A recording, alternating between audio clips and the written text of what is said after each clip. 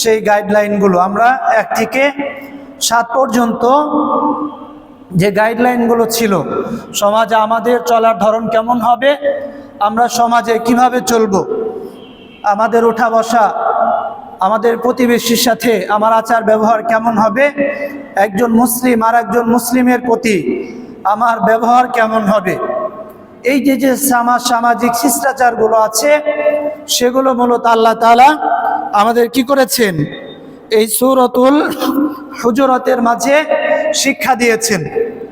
আসলে একজন মুমিন তার জীবন পরিচালনা করবে কোরআনের আলোকে। এই জন্য আল্লাহ তাআলা আমাদেরকে কোরআন দিয়েছেন। কোরআনের বাহিরে মুমিন কি করতে পারে না, চলাফেরা করতে পারে না। এই জন্য আল্লাহ তাআলার কিতাব দেওয়ার মানে কি, আপনি যদি মুমিন আল্লাহকে মানেন, আল্লাহর প্রদত্ত কিতাব মানেন না, তাহলে এটা কি আল্লাহ তাআলাকে মানার কোনো পন্থা হলো, পরিপূর্ণ মানা হলো না।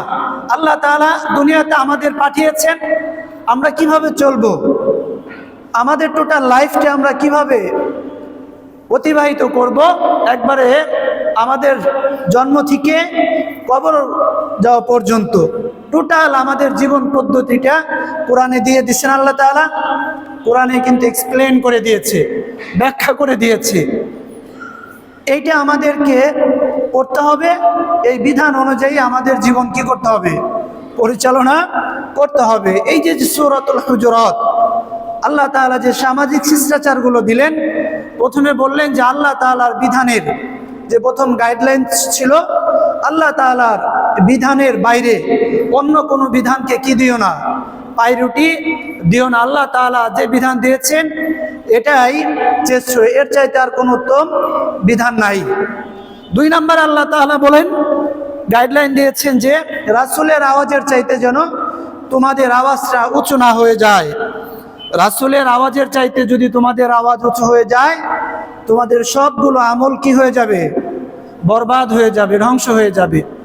3 নম্বর গাইডলাইন দিয়েছেন যে আল্লাহ রাসূল সাল্লাল্লাহু আলাইহি ওয়াসাল্লামের কিছু শান আছে, যে তাকে ডাকতে চাইলে ডাকার কিছু পন্থা আছে, তাকে উল্টাপাল্টা নামে কি করা যাবে না, ডাকা যাবে না। অনন্য মানুষের মতো মানুষের নাম ধরে ডাকা যাবে, কিন্তু রাসূলের নাম ধরে ডাকা যাবে না। 4 নম্বর গাইডলাইন দিয়েছেন যে আল্লাহ তাআলা যে কোনো ফাসিক ব্যক্তি যদি কোনো তথ্য আনয়ন করে, কোনো ইনফরমেশন দেয়, ওই তথ্য অনুযায়ী সিদ্ধান্ত নেওয়া যাবে না। সিদ্ধান্ত নিলে যদি কোনো ক্ষতি হয়ে যায়, এর দায়ভার সম্পন্ন তাকেই কি করতে হবে, বর্তাইতে হবে।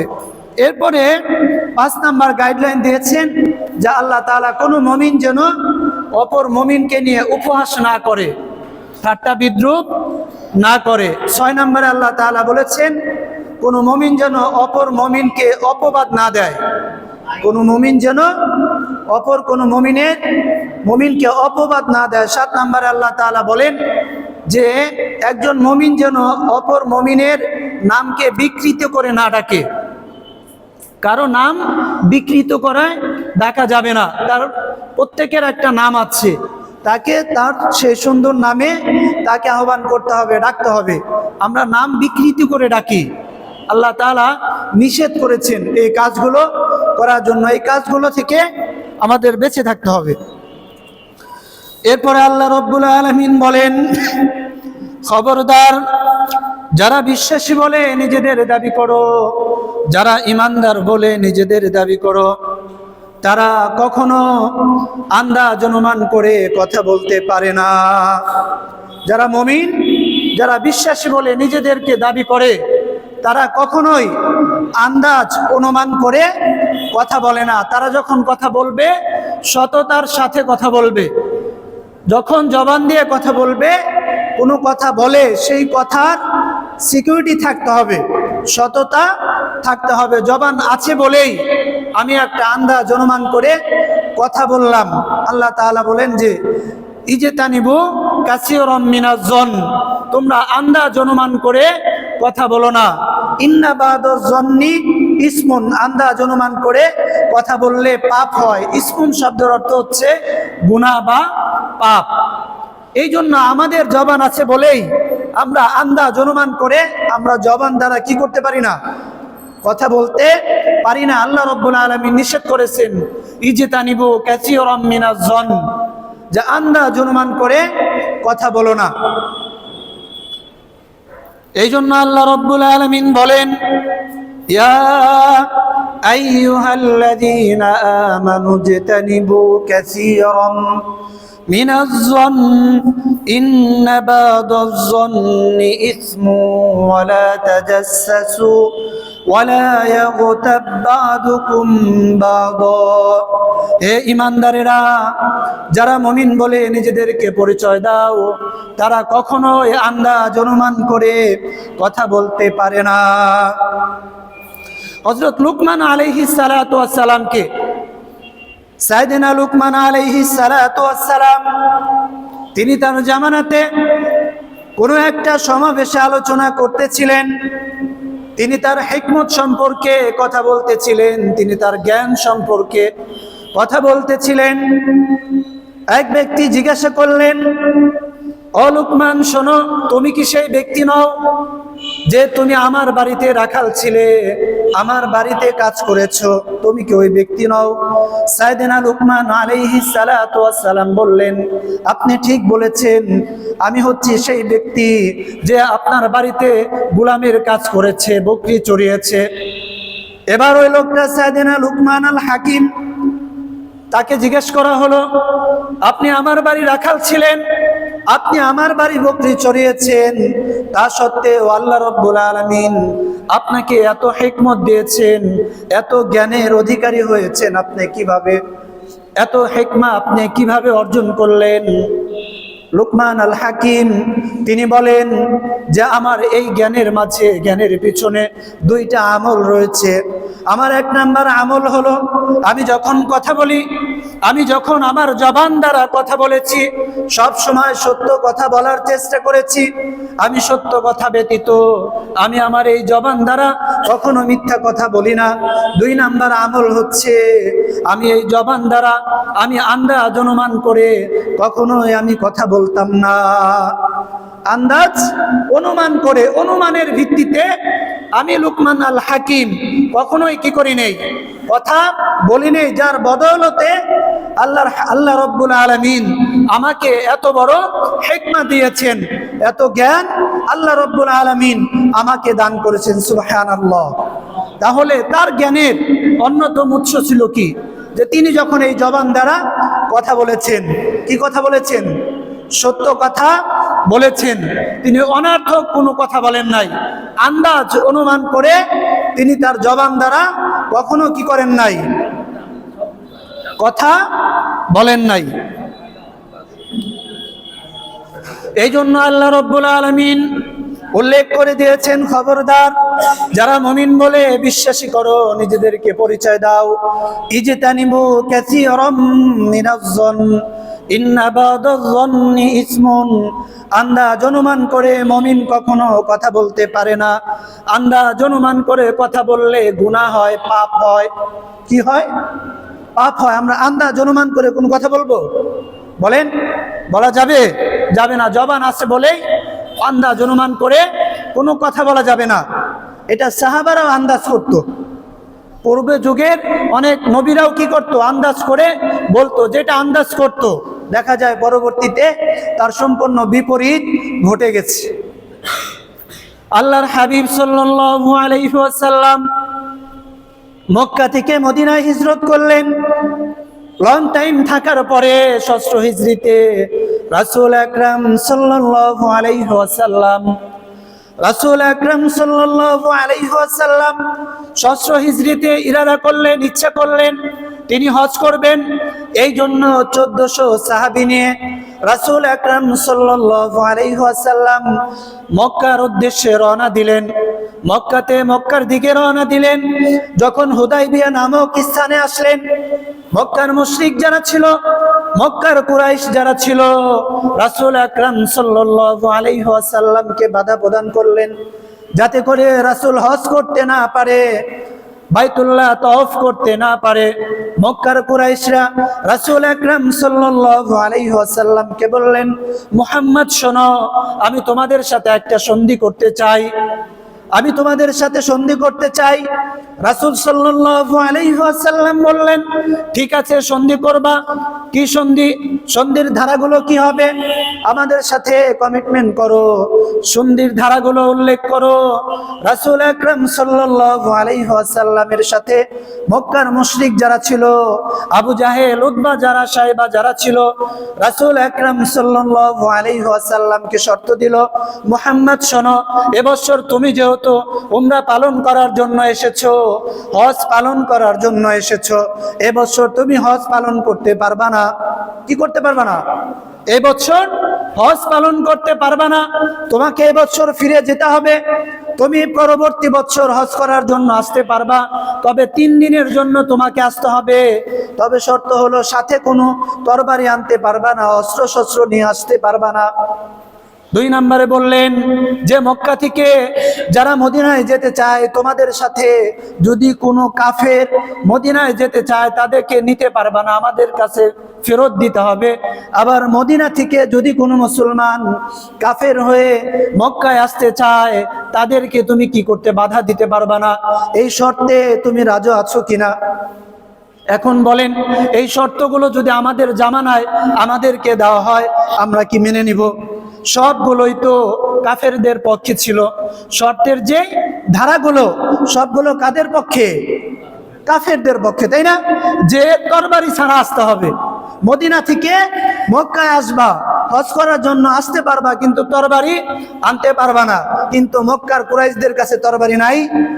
রাসূলকে কথা বলেছেন যে তোমরাও তরবারি রাখতে পারবা না, রাসূল এ কথা বলেন নাই। রাসূল বলেছেন, ঠিক আছে, আমরা তরবারি আনবো না, কিন্তু 3 দিনের জন্য আসবো। কিন্তু সাহাবারা, রাসূল যখন এই শর্ত করেন, মানে এই চুক্তি করেন, সাহাবারা মেনে নিতে পারেন নাই। রাসূলকে বলেছেন, ইয়া রাসূলুল্লাহ, ইয়া হাবিবাল্লাহ, এটা কি ধরনের শর্ত? আপনি যে শর্ত করেছেন এর ধারাগুলো সম্পূর্ণ মুশরিকদের বিপরীতে, মুশরিকদের পক্ষে। আমাদের পক্ষে তো একটাও নাই, একটাও নাই। তাহলে সবগুলো তো কাদের পক্ষে? মুশরিকদের পক্ষে। তাহলে আপনি এই শর্ত কেন আপনি পালন করবেন? এই সন্ধি আপনি কেন মেনে নেবেন? সাহাবারা রাসূল আকরাম সাল্লাল্লাহু আলাইহি ওয়াসাল্লামকে বললেন, ইয়া রাসূলুল্লাহ, ইয়া হাবিবাল্লাহ, আমরা এই শর্ত মানি না। সাহাবারা রাসূলের শর্ত দেখে মনক্ষুণ্ণ হলেন। আল্লাহ রাব্বুল আলামিন আয়াত নাজিল করে জানিয়ে দিলেন, ও নবী শোনেন, আপনার সাহাবীদেরকে আপনি বলে দেন, যেই শর্ত আপনি করেছেন ওই শর্তের মাঝেই আমি আল্লাহ রাব্বুল আলামিন বিজয় দান করে দিব। সুবহানাল্লাহ। যেই শর্ত আমি আপনি করেছেন ওই শর্তেই আমি আপনাকে কি দান করব? বিজয় দান করব। ফাতহুম মুবিন, সুস্পষ্ট বিজয় বলে আল্লাহ রাব্বুল আলামিন কোরআনে সেটা কি করে দিয়েছেন? উল্লেখ করে দিয়েছেন। সুবহানাল্লাহ। দেখেন, সাহাবারা ধারণা করেছিল যে না, এটা আমাদের জন্য কি নয়, কল্যাণ নয়। এই শর্তগুলো, ধারাগুলো একটা আমাদের পক্ষে নেই, সবগুলো মুশরিকদের পক্ষে। কিন্তু আলিমুল গায়ব কে? আল্লাহ সুবহানাহু ওয়া তাআলা, তাই না? এই জন্য আল্লাহ তাআলা বলেছেন, ইজতানিবু কাসীরাম মিনাজ জন, মুমিন কখনোই আন্দাজ অনুমান করে কোনো কথা বলতে পারে না। এরপরে ঠিক রাসূল আকরাম সাল্লাল্লাহু আলাইহি ওয়াসাল্লাম মদিনায় ফিরে গেলেন। যেহেতু মক্কার মুশরিকদের সাথে রাসূলের একটা সন্ধি হয়েছে, চুক্তি হয়েছে যে মক্কাতে আক্রমণ করবে না, জিহাদ যেহেতু এখন স্টপ আছে, রাসূল আকরাম সাল্লাল্লাহু আলাইহি ওয়াসাল্লাম এই সুযোগে তিনি একটু স্থির হলেন।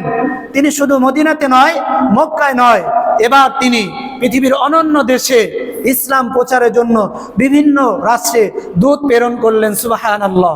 কারণ এখন মক্কার মুশরিকদের সাথে চুক্তি হয়েছে যে তারা মদিনা কি করবে না, কোনো আক্রমণ করবে না। আর এই সুযোগে রাসূল আকরাম সাল্লাল্লাহু আলাইহি ওয়াসাল্লাম বিভিন্ন দেশে ইসলাম প্রচারের জন্য দূত প্রেরণ করেছেন। যে তারিখের কিতাবে এসেছে যে মক্কা বিজয় হয়েছিল 8ম হিজরিতে, তাই না? রাসূল যখন উমরা করার জন্য, হজ করার জন্য আসেন, হুদাইবিয়ার সন্ধির সময় রাসূলের সাথে ছিল মাত্র 1400 সাহাবী। কয়শত সাহাবী? 1400 সাহাবী ছিল। রাসূল যখন মক্কা বিজয় করেন, রাসূলের সাথে 10,000 সাহাবী নিয়ে রাসূল মক্কা বিজয় করেছিলেন। সুবহানাল্লাহ। কয় হাজার সাহাবী? 10,000। মাত্র 2 বছরে 10,000 সাহাবীর 10,000 সাহাবী ঈমান এনেছিল। মুসলিমদের সংখ্যা তখন কত হাজার? 10,000। মাত্র কয় বছরের? এই 10,000 সাহাবী দেখে মক্কার মুশরিকরা ভীত হয়ে গেছিল, ভয় পেয়ে গেছিল যে না, মুহাম্মদকে আর বাধা দেওয়া যাবে না। এই জন্য আল্লাহ তাআলা আয়াত নাজিল করে জানিয়ে দিলেন, ইজতানিবু কাসীরাম মিনাজ জন, হে আমার নবীর সাহাবারা, তোমরা নিজে যেটা ধারণা করো ওটা রাইট না, ওটা ভুল, ওটা রং। তুমি ধারণা করে কোনো কথা বলতে পারো না, কোনো কাজ করতে পারো না। এতে কি হওয়ার সম্ভাবনা থাকে? ভুল হওয়ার সম্ভাবনা থাকে, আর ভুল হলে গুনাহ হবে, তাই না? ইজতানিবু কাসীরাম মিনাজ জন ইন্না বা'দাজ জন্নি ইসমুন, যে অধিকাংশ ধারণা করে যে কাজগুলো করবে, কথাগুলো বলবে, সেগুলো হচ্ছে গুনাহ। এই জন্য জবান আছে বলেই আমরা এই জবান দিয়ে আন্দাজ অনুমান করে কথা বলতে পারি না, আল্লাহ তাআলা নিষেধ করেছেন। ইউসুফ আলাইহিস সালাতু ওয়াস সালামের ভাইদের ব্যাপারে অনেক আলোচনা শুনেছেন, তাই না? তার ভাইয়েরা ধারণা করেছিল যে আমার ভাইকে যদি কুয়ায় ফেলে দেই, আমার ভাইকে সবচেয়ে বেশি মহব্বত করে আমার বাবা, এই জন্য তাকে যদি আমরা কি করে দেই, কুয়ায় ফেলে বা হত্যা করে ফেলি, আমার বাবা আমাদেরকেও মহব্বত করবেন, ভালোবাসবেন। আসলে কি ইউসুফকে কুয়ায় ফেলার পরে তার বাবা তাকে বেশি ভালোবাসছিল, তাদেরকে মহব্বত বেশি করেছিল? করে নাই। কিন্তু তার ভাইরা জানে নাই যে ইউসুফকে কুয়ায় ফেলে দিলে সুদূর ফিলিস্তিন থেকে আল্লাহ রাব্বুল আলামিন মিশরের রাজ দরবারে তাকে মন্ত্রিত্বর দায়িত্ব দিবেন। সুবহানাল্লাহ। এটা তার ভাই ধারণা করেছিল? করে নাই। মুসা আলাইহিস সালাতু ওয়াস সালামের মাকেও যখন আল্লাহ তাআলা প্রত্যাদেশ পাঠালেন যে মুসার মা, শোনো, তুমি তোমার সন্তানকে কি করো, কাঠের বাক্স ভরে সমুদ্রে ফেলে দাও। মুসা আলাইহিস সালাতু ওয়াস সালামের মাও ধারণা করেছিল যে আমার নবজাতক শিশুকে আমি বাক্স ভরে যদি ফেলে দেই, তো এর অস্তিত্ব থাকবে কিনা আমি সন্দিহান, নাও থাকতে পারে, ঠিক না? আমার আপনার সন্তানকে যদি আল্লাহ তাআলা প্রত্যাদেশ দেন, স্বপ্ন যুগে যদি স্বপ্ন দেখেন যে আপনার সন্তানকে এখন যে বাক্সে ভরে সাগরে ফেলে দিতে হবে, আপনার ধারণা কি জন্মাবে? কি ধারণা জন্মাবে বলেন? কল্পনাও করতে পারেন না যে না, একটা জনমানবহীন একটা সাগরে আমার সন্তানকে ফেলে দিব, নদীতে ফেলে দিব, ও তো মারাই যাবে, না খেয়েই তো মারা যাবে, তাই না? কিন্তু মুসা আলাইহিস সালাতু ওয়াস সালাম মরেছিলেন? মরেন না। ইব্রাহিম আলাইহিস সালাতু ওয়াস সালাম তার শিশু পুত্রকে মক্কার মরুভূমিতে রেখে গেছেন, জনমানবহীন মরুভূমি। ইব্রাহিম আলাইহিস সালাতু ওয়াস সালাম তিনিও তো সন্দেহান করেছিলেন এই মরুভূমিতে রেখে যাচ্ছে, কিন্তু তিনি তো নবী, তার কাছে তো ওহী আসতো, এই জন্য তিনি কখনোই বাজে ধারণা করতেন না। কিন্তু আমরা তো নবী না, আমরা তো রাসূলের উম্মত, আমরা ধারণা করতে পারি বিধেই আল্লাহ রাব্বুল আলামিন আয়াত নাজিল করে জানিয়ে দিয়েছেন, যারা বিশ্বাসী বলে নিজেদের পরিচয় দাও, ইজতানিবু কাসীরাম মিনাজ জন, তোমরা কখনোই আন্দাজ অনুমান করে কথা বলতে পারো না। তাহলে 8 নম্বর গাইডলাইন হচ্ছে, যদি আমরা মুমিন হয়ে থাকি তাহলে এই জবান দ্বারা আমরা কখনোই আন্দাজ অনুমান করে কথা বলবো না। রাজি আছেন ইনশাআল্লাহ? এরপরে আল্লাহ রাব্বুল আলামিন 9 নম্বর গাইডলাইন বলেছেন, যারা বিশ্বাসী বলে নিজেদের দাবি করো, যারা বিশ্বাসী বলে নিজেদেরকে পরিচয় দাও, ওয়ালা তাজাসসু, তারা কখনোই গোয়েন্দাগিরি করতে পারে না। কি করতে পারে না? গোয়েন্দাগিরি করতে পারে না। এক মুসলিম অপর মুসলিমের দোষগুলো ফাইন্ড আউট করতে পারে না, খুঁজে বের করতে পারে না। এটা আমাদের সমাজে আছে না বলেন তো? এক মুসলিম আর এক মুসলিমের দোষ বের করার চেষ্টা করে, তাই না? এক দল আর এক দলের পিছনে লেগে আছে, অতীতে কি করেছে সেগুলো খালি খুঁজে খুঁজে বের করে। এক মন্ত্রী আর এক মন্ত্রীর দোষগুলো খুঁজে বের করে, এক মেম্বার আর এক মেম্বারের দোষ খুঁজে খুঁজে বের করে, তাই না? অথচ ওয়ালা তাজাসসু, আল্লাহ তাআলা বলেছেন যে ইমানদার বলে যদি তুমি নিজেকে পরিচয় দাও তাহলে ওয়ালা তাজাসসু, তোমরা কি করো না? জেসাস করো না, গোয়েন্দাগিরি করো না। গোয়েন্দাগিরির রাষ্ট্রের যে গোয়েন্দা সংস্থা আছে এটা তাদের দায়িত্ব। আমাকে আল্লাহ তাআলা দায়িত্ব দেন নাই যে অপর মুমিনের দোষগুলো খুঁজে বের করা। কিন্তু এখন বাস্তবতা উল্টা হয়ে গেছে।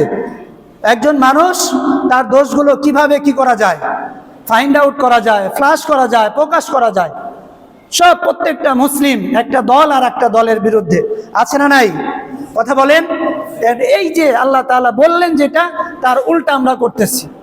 আল্লাহ তাআলা বলেছেন না, ওয়ালা তাজাসসু, তোমরা কি করো না, জেসাস করো না। এটা মুনাফিকি, এটা মুনাফিকি। ওমর ইবনুল খাত্তাব রাদিয়াল্লাহু তাআলা আনহু তিনি দুনিয়া থেকে চলে যাবেন। তাকে যখন ছুরি দ্বারা স্ট্যাবিং করা হয়েছে, স্ট্যাবিং করা হলো, তার পাঁজর থেকে রক্তক্ষরণ হতেছিল। ডাক্তার আসলেন, তার সুস্থতার জন্য তাকে দুধ পান করানো হলো। দেখে দুধগুলো এখান থেকে, পাকস্থলী এখান থেকে বেড়ে যায়। ডাক্তার বলল, আমিরুল মুমিনিন, আপনার সময় শেষ হয়ে গেছে, আপনি কোনো ওসিয়ত করবেন নাকি? আপনার কোনো ওসিয়ত আছে নাকি? ওমর ইবনুল খাত্তাব রাদিয়াল্লাহু তাআলা আনহু তিনি তার সন্তানকে ডাকলেন। তার সন্তানের নাম ছিল আব্দুল্লাহ। আব্দুল্লাহকে ডাকলেন, আব্দুল্লাহকে বললেন, বাবা শোনো, আমার দুইটা ওসিয়ত আছে, আমার দুইটা চাওয়া আছে, আমি দুইটা জিনিস এই দুনিয়াতে পূরণ করতে চাই। আব্দুল্লাহ বলল, বাবা বলেন আপনার পূরণগুলো কি কি? ওমর ইবনুল খাত্তাব রাদিয়াল্লাহু তাআলা আনহু বললেন, তুমি যাও, রাসূল আকরাম সাল্লাল্লাহু আলাইহি ওয়াসাল্লামের যে গোয়েন্দা সংস্থা ছিল, ওই গোয়েন্দা সংস্থার নেতা ছিলেন হুযায়ফা ইবনে ইয়ামানি রাদিয়াল্লাহু তাআলা আনহু। হুযায়ফা ইবনে ইয়ামানি রাদিয়াল্লাহু তাআলা আনহুকে ডাকো, তার কাছে আমি একটা বিষয় জানতে চাই, আমার জানার বড় ইচ্ছা আছে। আব্দুল্লাহ ইবনে ওমর রাদিয়াল্লাহু তাআলা আনহু হুযায়ফা রাদিয়াল্লাহু তাআলা আনহুকে ডাকলেন। ওমর ইবনুল খাত্তাব রাদিয়াল্লাহু তাআলা আনহু হুযায়ফা ইবনে ইয়ামানি রাদিয়াল্লাহু তাআলা আনহুকে বললেন, হুযায়ফা শোনো, আল্লাহর হাবিব সাল্লাল্লাহু আলাইহি ওয়াসাল্লাম তোমার কাছে মদিনার যে মুনাফিকগুলো আছে, মদিনার যে মুনাফিকগুলো আছে তাদের লিস্টটা তো তোমার কাছে দিয়েছে। আল্লাহর হাবিব সাল্লাল্লাহু আলাইহি ওয়াসাল্লাম তো মদিনার যে মুনাফিকগুলো আছে, মুনাফিকদের নামগুলো তোমার কাছে বলেছে। হুযায়ফা বলো, আল্লাহর হাবিব সাল্লাল্লাহু আলাইহি ওয়াসাল্লাম মুনাফিকদের যে লিস্টের নামগুলো দিয়েছে, আমি ওমর রাদিয়াল্লাহু তাআলা আনহুর নামের ওই লিস্টের ব্যাপারে ওমর রাদিয়াল্লাহু তাআলা আনহুর নামটা আছে নাকি? হুযায়ফা রাদিয়াল্লাহু তাআলা আনহু এই কথা শোনার পরে তার চোখ থেকে পানি ঝরতেছিল যে আমিরুল মুমিনিন, যে এই উম্মতের মাঝে সাইয়েদনা আবু বকরের পরে যার দ্বিতীয় স্থান হচ্ছে, সেই কিনা এই কথা আমাকে প্রশ্ন করে। হুযায়ফা রাদিয়াল্লাহু তাআলা আনহু বললেন, আমিরুল মুমিনিন, আপনি শান্ত হন। আল্লাহর হাবিব সাল্লাল্লাহু আলাইহি ওয়াসাল্লাম যে মুনাফিকদের যে লিস্টে আছে, মুনাফিকদের ব্যাপারে আল্লাহর হাবিব সাল্লাল্লাহু আলাইহি ওয়াসাল্লাম তাদের নামগুলো প্রকাশ করতে না করেছেন, বলতে না করেছেন, কিন্তু আমি আজ তাদের নামগুলো বলি নাই, বলবো না। কিন্তু আল্লাহর রাসূল সাল্লাল্লাহু আলাইহি ওয়াসাল্লাম মুনাফিকদের যে নামের লিস্টে দিয়েছেন, ওই নামের লিস্টে আপনার নামটাও রাসূল উল্লেখ করেন নাই। সুবহানাল্লাহ, আপনার নামটা কি করেন নাই, উল্লেখ করেন নাই, যে আপনি শান্ত থাকেন। এরপরে নিজের সন্তান আব্দুল্লাহকে আবার ডাকলেন যে আব্দুল্লাহ, আমার দ্বিতীয় ওসিয়ত হচ্ছে তুমি যাও আমিরুল উম্মাহাতুল মুমিনিন সাইয়েদনা আয়েশা রাদিয়াল্লাহু তাআলা আনহুর কাছে যাও, যে তুমি আজকে তাকে সালাম দিবে, তুমি তাকে আজকে সালাম জানাবে, তবে সালামের পরে বলবে না যে আমিরুল মুমিনিন ওমর ইবনুল খাত্তাব রাদিয়াল্লাহু তাআলা আনহু আপনাকে সালাম জানিয়েছে, বরং বলবে আজকে ওমর ইবনুল খাত্তাব সে আর কোনো আমিরুল মুমিনিন নন, আজকে থেকে আপনার কাছে সে একজন ওমর হিসাবে আপনার কাছে তার একটা দাবি আছে, চাওয়া আছে। যে তুমি বলবা যে আমার যে দুইজন বন্ধু আছে, এই দুই বন্ধুর পাশে যে কবর আছে, একটা কবর ফাঁকা জায়গা আছে, আমি ওমর চাই আমার বন্ধুর পাশে যেন আমাকে কবরস্থ করা হয়। আব্দুল্লাহ ইবনে ওমর রাদিয়াল্লাহু তাআলা আনহু উম্মাতুল মুমিনিন আয়েশা রাদিয়াল্লাহু তাআলা আনহুর কাছে গেলেন, সালাম জানালেন। বললেন, আয়েশা রাদিয়াল্লাহু তাআলা আনহুকে বললেন যে আমার বাবা আপনার কাছে একটা অনুরোধ করেছেন, আপনি এটা একটা চেয়েছেন, বিষয় চেয়েছেন, আপনি দিবেন নাকি? আয়েশা রাদিয়াল্লাহু তাআলা আনহু বললেন যে কোন বিষয়টা বলো। আয়েশা রাদিয়াল্লাহু তাআলা আনহুকে বলা হলো, আমার দুই বন্ধু আছে, আমার বাবার দুইজন বন্ধু আছেন, একজন মুহাম্মাদুর রাসূলুল্লাহ সাল্লাল্লাহু আলাইহি ওয়াসাল্লাম, দ্বিতীয় বন্ধু হচ্ছে সাইয়েদনা আবু বকর সিদ্দিক রাদিয়াল্লাহু তাআলা আনহু। তাদের পাশেই যে কবরের জায়গাটা আছে আমার বাবার, কবরস্থ করার জন্য আবার বাবা ওই জায়গাটা চেয়েছেন, পছন্দ করেছেন, আমার বাবার জন্য আপনি ওই জায়গাটা দিবেন নাকি? আয়েশা রাদিয়াল্লাহু তাআলা আনহুর ইচ্ছা ছিল যে আয়েশা রাদিয়াল্লাহু তাআলা আনহু আব্দুল্লাহ ইবনে ওমর রাদিয়াল্লাহু তাআলা আনহুকে বলেন, আমারও ইচ্ছা ছিল আমার বাবার কবরের পাশে যেন আমাকে কবরস্থ করা হয়, আমার স্বামীর পাশে আমাকে যেন কবরস্থ করা হয়। যেহেতু ওমর রাদিয়াল্লাহু তাআলা আনহু চেয়েছে, এই জন্য আমি আয়েশার না করতে পারি না, আমি অনুমতি দিয়ে দিলাম সাইয়েদনা ওমরকে, ওমরের মৃত্যুর পরে যেন তার বন্ধুর পাশে তাকে কবরস্থ করা হয়। সুবহানাল্লাহ, তাকে কবরস্থ করা হয়। এরপরে এই আব্দুল্লাহ ইবনে ওমর রাদিয়াল্লাহু তাআলা আনহু বাবাকে বললেন, বাবার শেষ মৃত্যুর পথযাত্রায় আছেন, বাবার দুইটা রান নিয়ে নিজের মাথার উপরে নিয়েছেন।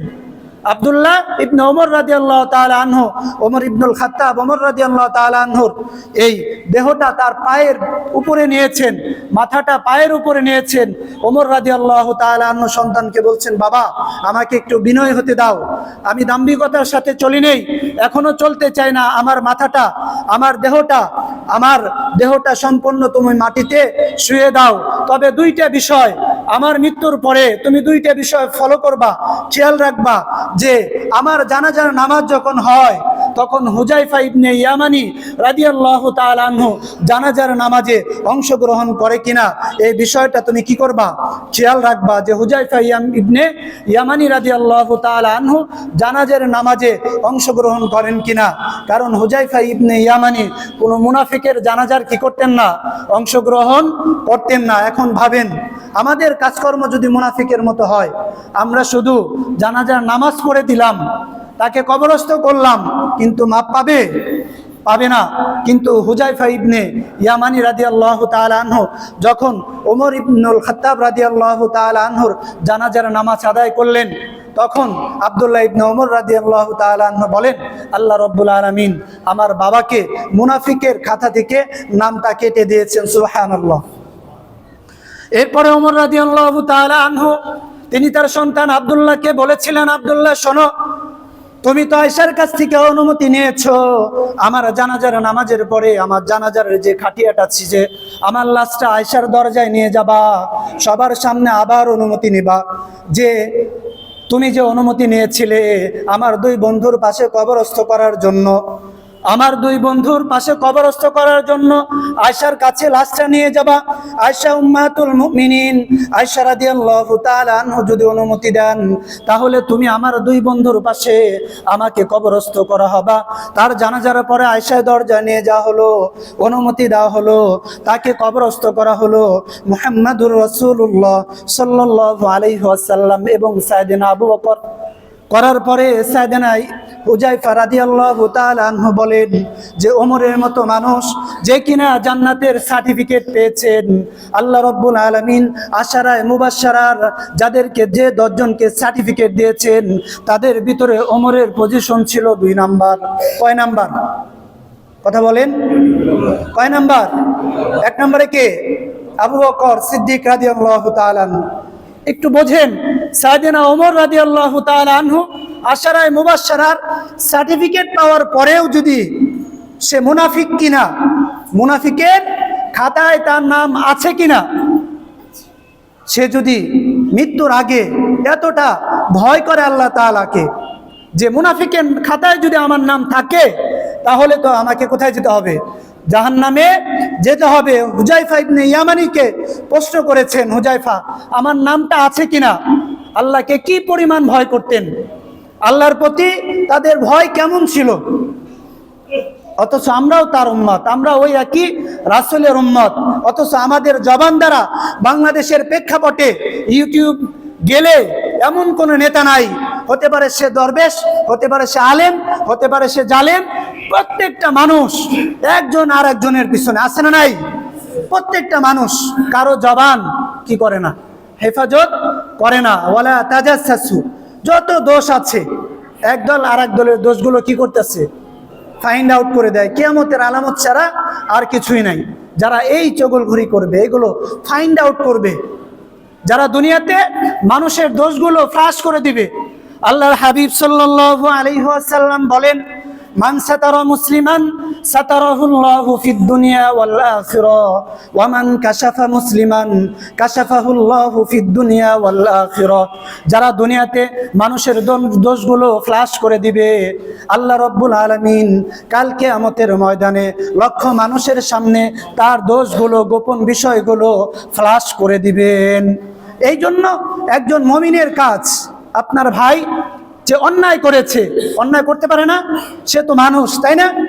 মানুষ, এই জন্য কি করা যাবে না, তার দোষগুলো প্রকাশ করা যাবে না। আপনি যদি তার দোষগুলো লুকায়িত গোপন করেন, আল্লাহ তাআলা কিয়ামতের আপনার দোষগুলো কি করবেন, গোপন রেখে দিবেন। আপনি যদি দুনিয়াতে ফ্লাশ করে দেন, প্রকাশ করে দেন, তাহলে কি হাজার হাজার মানুষের সামনে কিয়ামতের ময়দানে আপনার দোষগুলো কি করে দিবেন, ফ্লাশ করে দিবেন। এটা ছিল ওয়ালা তাজাসসু 9 নাম্বার গাইডলাইন।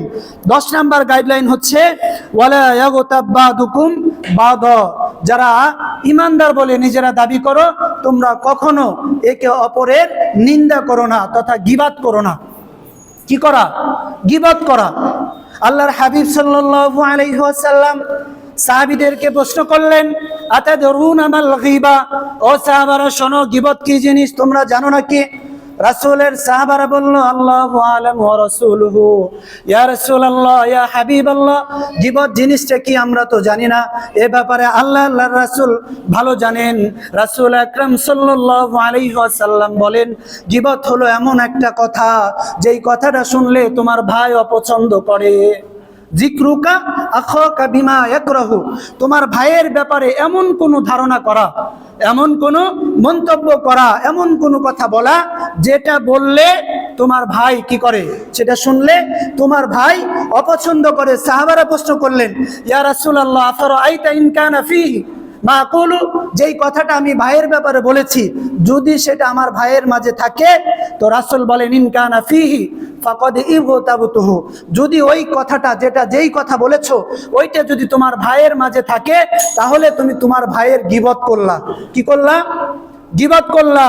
ওয়া ইল্লাম ইয়াকুন ফীহি, আর যেই কথা ধারণা পোষণ করেছো, যেই কথাটা বলেছো, ওই কথাটা যদি তোমার ভাইয়ের ভিতরে না থাকে, তোমার ভাই ওই কাজটা না করে, তাহলে ফাকাদে বাহাত্তাহু, তাহলে তুমি তোমার ভাইকে কি দিয়ে দিলা? অপবাদ দিয়ে দিলাম। এই জন্য আল্লাহ রাসূল সাল্লাল্লাহু আলাইহি ওয়াসাল্লাম বলেন যে মুমিন কখনো তার ভাইয়ের বিরুদ্ধে মন্দ ধারণা কি করতে পারে না, পোষণ করতে পারে না। মন্দ ধারণা করলে, একটা বাজে মন্তব্য করেছে, ওই বাজে মন্তব্যটা, একটা বাজে কথা বলেছে, বাজে কাজ করে বলেছে, ওই কাজটা যদি তার ভাই করে, তাহলে তার ভাইয়ের বিরুদ্ধে কি করা হলো? গীবত করা হলো। আর যদি না থাকে, ওই গুণটা ভাইয়ের মাঝে না থাকে, তাহলে তাকে কি দেওয়া হলো? অপবাদ দেওয়া হলো। এই জন্য আল্লাহ তাআলা বলেছেন, ওয়ালা ইয়াগতাব বাদুকুম বাদ, মুমিন কখনো তার ভাইয়ের ব্যাপারে বাজে মন্তব্য করতে পারে না, তার ভাইয়ের নিন্দা করতে পারে না। তাহলে আজকে আমরা আলোচনা করলাম, আমাদের আলোচনা এই যে 10 নাম্বার গাইডলাইন ছিল, মুমিন তার ভাইয়ের বিরুদ্ধে কি করবে না? বাজে ধারণা পোষণ করবে না। কিন্তু আমাদের সমাজে আছে, তাই না? এই জন্য আল্লাহ তাআলা যেন আমাদেরকে এই যে গাইডলাইনগুলো আছে, এই গাইডলাইনগুলো আমি 4টা জমায় আলোচনা করেছি, আপনাদের মনে আছে তো?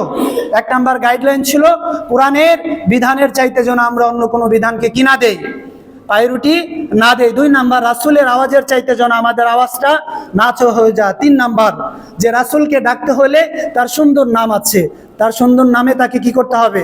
আহ্বান করতে হবে। 4 নাম্বার, কোনো ফাসিক ব্যক্তি যদি কোনো তথ্য আনায়ন করে, সেটাকে যাচাই বাছাই করে কি করতে হবে? সিদ্ধান্ত নিতে হবে।